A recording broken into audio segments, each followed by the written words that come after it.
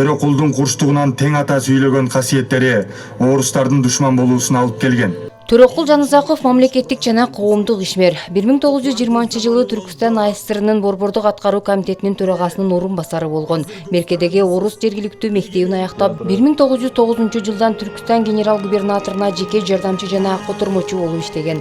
Анын коом үчүн жасап кеткен эрдиктери бул күнү Талас облусунун Талдыбулак айылында Солтоо урусу тарабынан өткөрүлгөн эскерүү иш-чарада айтылды. Бүгүнкү иш-чарага Солтоонун урпагы ушундай Төрөкул Жанызаковдун чоң мааракеси Талас жергесинде болуп аткан. Солтоо элинде өтө кубантып, сүйүндүрүп турат. Эми бул кишинин, бул өзүбүздүн кыргыздын тарыхындагы өзүнүн орду чоң экенин элдин баары билет.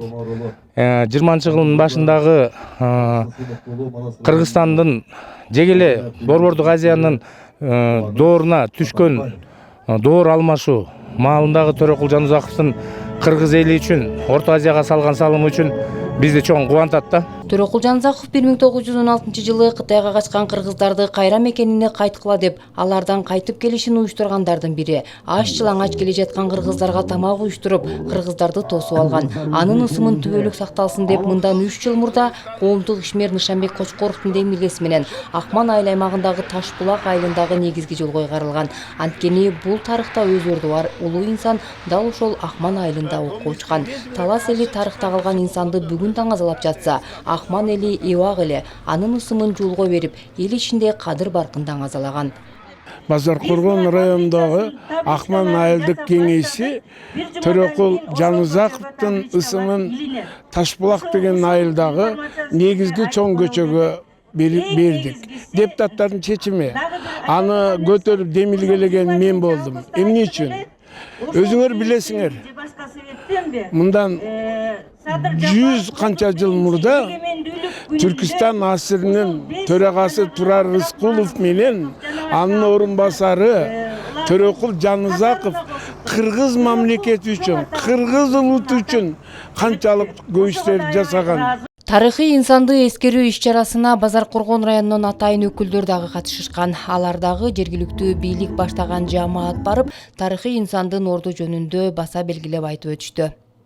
Төрөкул Жанызаков атабыз тууралуу айта берсек сөз көп. Өмүрүндө ушул эң биринчилерден кыргыз мамлекеттүүлүгүн, бүтүндүгүн, биримдиги үчүн өз оюн тике билдире алган биринчилерден Владимир Ильич Ленинге кол берген инсан болгон. 18 жашында, ал эми 28 жашында ушул Акман айылынын Кайырма деген жеринде курман болуп отурат.